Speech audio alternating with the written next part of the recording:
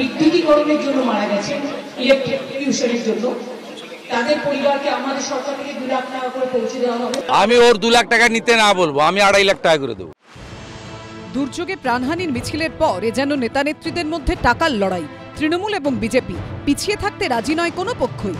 আনন্দময়ীর আগমনের আগেই যাদের পরিবারের আনন্দ চিরতরে ঘুচে গেল, বুধবার তাদের বাড়িতে পৌঁছলেন তৃণমূল ও বিজেপির নেতারা।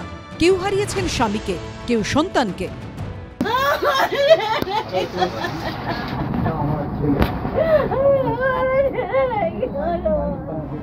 মর্মান্তিক ঘটনা এক করে দিয়েছে মমিনপুর থেকে হরিদেবপুর কিংবা নেতাজি নগরের এই পরিবারগুলোকে।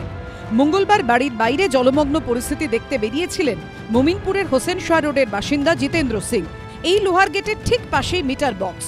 জমা জলে কোনোভাবে সেটি বিদ্যুৎবাহী হয়ে গিয়েছিল। গেটে হাত পড়তেই বিদ্যুৎস্পৃষ্ট হয়ে মৃত্যু হয় জিতেন্দ্র সিং এর। বুধবার তাঁর বাড়িতে যান এই কেন্দ্রেরই বিধায়ক মেয়র ফেরাদ হাকিম। जो दरकार होगा हम लोग करेंगे। आज बोल के चल जाएंगे, कल नहीं करेंगे। ये तो मेरा इलाका है, आप चिंता मत करिए, है भाई का तरह है। পেশায় ট্যাক্সি চালক জিতেন্দ্র সিং এর 2 ছেলে, একজন বিকম 2য় বর্ষের পড়ুয়া, আরেকজন উচ্চ মাধ্যমিক দেবে। দুজনেরই পড়াশোনার দায়িত্ব নেওয়ার প্রতিশ্রুতি দিয়েছেন ফেরাদ হাকিম। পাশাপাশি পরিবারের একজনকে চাকরির প্রতিশ্রুতিও দিয়েছে রাজ্য সরকার। কথা বলে हैं जहां आपको बेटा लोग का खर्चा उठाएंगे, पढ़ाई लिखाएंगे, अपना बेटा के बड़ा बेटा को नौकरी देंगे। 2 লাখ টাকা তো কিছু একটা মানুষ জান চলে গেছে, কি বলবো। তারপর দিদি কোথাও বলেছে কি চাকরি দেবে গোয়েঙ্কা, সজীব গোয়েঙ্কা।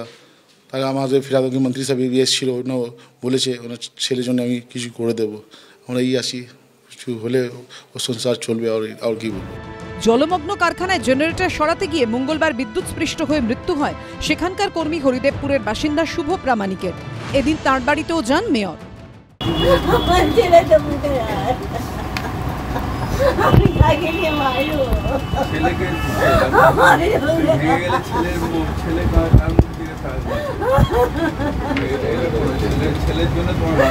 মেয়র বললেন আমাদের পাশে আছে, চাকরি বাকরির ব্যবস্থা করে দেবে।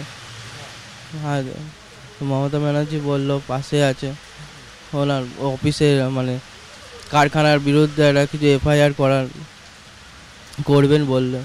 আমার মুখ্যমন্ত্রী মমতা ব্যানার্জি একটা নির্দেশ দিয়েছেন, যেখানে যেখানে এরকম হয়েছে যে সহনাগরিকরা আমাদের ছেড়ে এই দুর্যোগে চলে গেছেন, তাদের পরিবারের পাশে দাঁড়ানোর জন্য। দক্ষিণ কলকাতার নেতাজিনগর মোড়ে বিদ্যুৎস্পৃষ্ট হয়ে প্রাণ হারান প্রাণতোষ কুণ্ডু নামে ফল ব্যবসায়ী। বুধবার তাঁর বাড়িতে যায় বিজেপির প্রতিনিধি দল। অরূপ বিশ্বাসের এলাকা, উনি মন্ত্রী, বিদ্যুৎ মন্ত্রী, তার এলাকায় এইভাবে প্রাণ যাওয়া এটা বাঞ্ছনীয় নয়। এখনও নাও আমরা একটা জায়গায় দেখে এলাম যেখানে বিদ্যুতের তার খোলা অবস্থায় বাইরে রয়েছে। জানি না আগামী দিন সেটা ওনারা ঠিক করবেন কিনা, নাকি আরও মৃত্যুর অপেক্ষা করবেন। অবভিয়াসলি বর্তমান সরকারের, কারণ এই সরকার তাদের দায়িত্ব থেকে সরে গিয়ে শুধু কাটমানি ছাড়া কিছু করছে না, এটা বাংলার মানুষ জানে। বিজেপির প্রতিনিধি দলের তরফে নিহত প্রাণতোষ কুণ্ডুর পরিবারকে আর্থিক সাহায্য করতে চাওয়া হয়, কিন্তু তা নিতে অস্বীকার করেন প্রাণতোষ কুণ্ডুর ছেলে। প্রবীর চক্রবর্তী, হিন্দোল দে ও আবির দত্তর রিপোর্ট, এবিপি আনন্দ।